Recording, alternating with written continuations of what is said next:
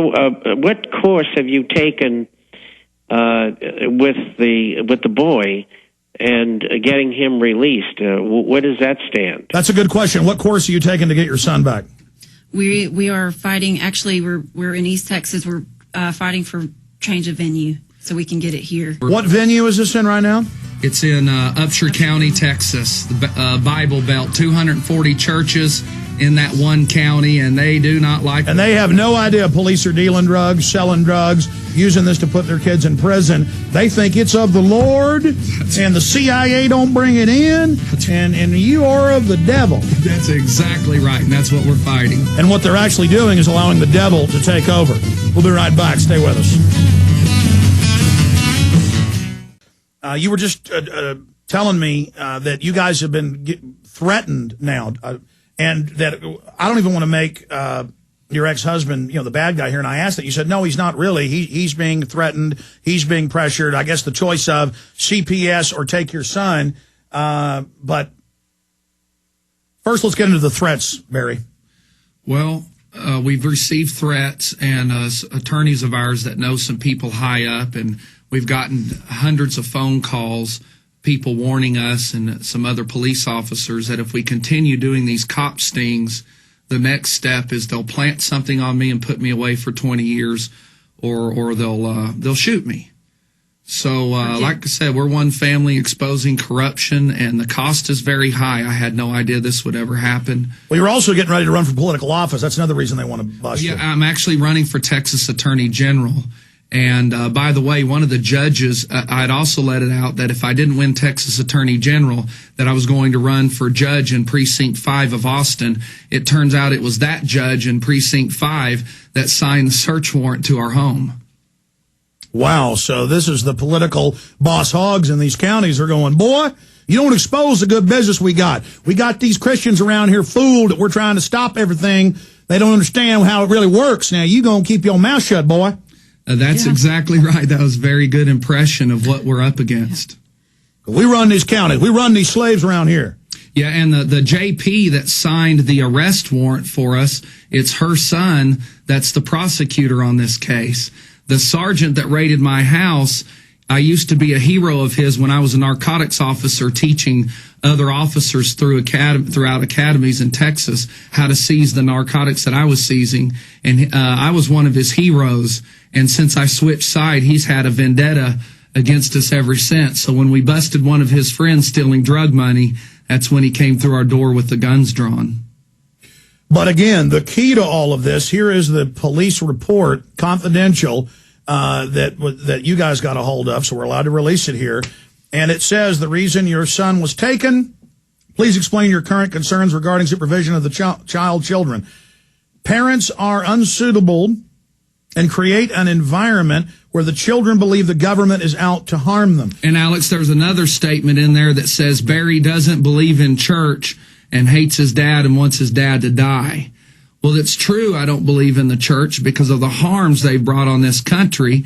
And the reason I don't care if my father dies or not, because he thinks I belong in jail. He's one of those old white Baptist Christian males, and he still thinks I should be separated from my family. So I disowned him 3 years. But the point is, I mean, they're taking your personal comments and things and criticizing hypocrisy as if that's why you have to have your children taken. Exactly, and that's what we're having to fight. So this is taking people's children for their political speech. That's what's going on. Very dangerous precedent. Every parent is threatened. I mean, this is thought crime. You're a thought criminal, 1984. Very serious. Very serious. You know, Rosa Parks had to stand up on a bus one day to get something changed, and we stood up on a bus trying to prove that these cops actually do commit crimes. Well, the drugs are brought in to reinstate slavery. They bring in addictive substances, push the legal ones on the kids at the same time. They're caught everywhere dealing them, controlling them, stealing the money, and they're the ones that want to keep it illegal, just like the drug dealers we've interviewed want to keep it illegal, because they understand it's a black market that makes them all the money, and they're hoping the public doesn't figure this out. I don't like drugs. I don't like any of them. I mean, even coffee, I can't get off of it.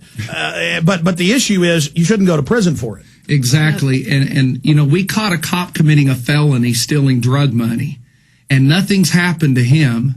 But we got raided. And you had HBO with you. That footage is up on your website. Tell folks the name of the video and where they can see it. It's nevergetbusted.com. It's a 45-minute video entitled Liberty Hill Finders Keepers.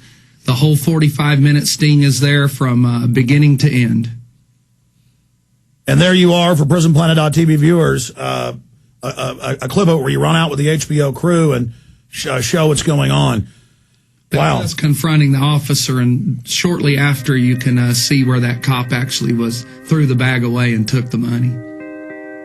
You mean even after you confronted him, he did that, or before? No, what we did, I secretly filmed him stealing that money, and I held it in my pocket for 3 months until the HBO film crew could get down here. Then we went into Liberty Hill to confront that officer. But that's okay to do that. It's just if we catch a kid with marijuana cigarette, we're going to throw him into prison that Bubba happens to own. And they didn't even catch my kid with a marijuana cigarette.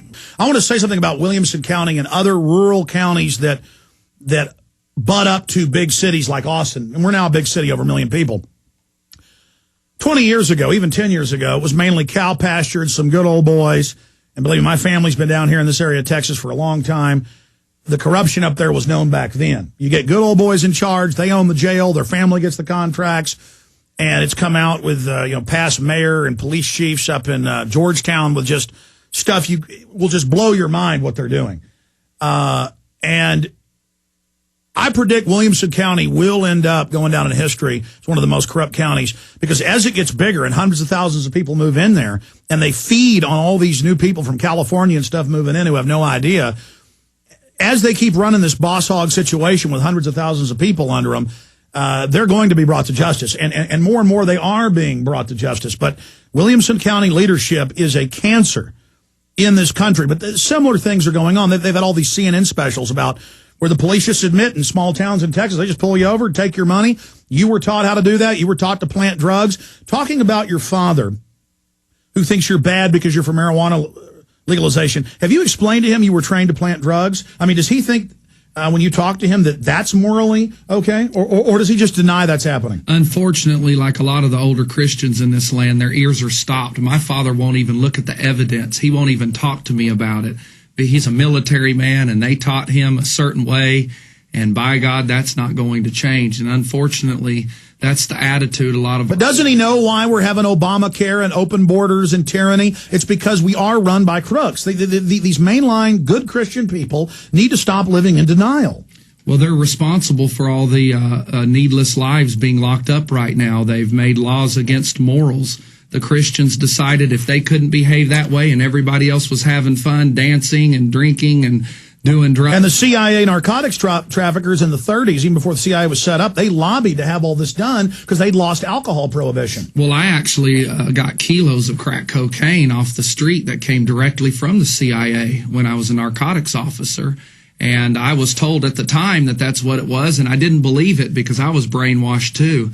And later in years, when those documents began to be revealed, I realized I was seizing cocaine that was put here by our own government and putting nonviolent people in jail for that. And I feel really bad about that. That's why I switched sides and produced these videos that teach how not to get busted for pot. And then we started doing Kopbusters, and that's Kopbusters with a K. You got a lot of courage, because I told you a year ago when you were in there, I said, buddy, get ready. They're coming down on you with both feet. You did, Alex, and they did, and they did, and we and they will. I mean, I'm just telling you that they will try to kill you next. I mean, you know that. Yes, this is big business. You're not going to cut into that. Yes.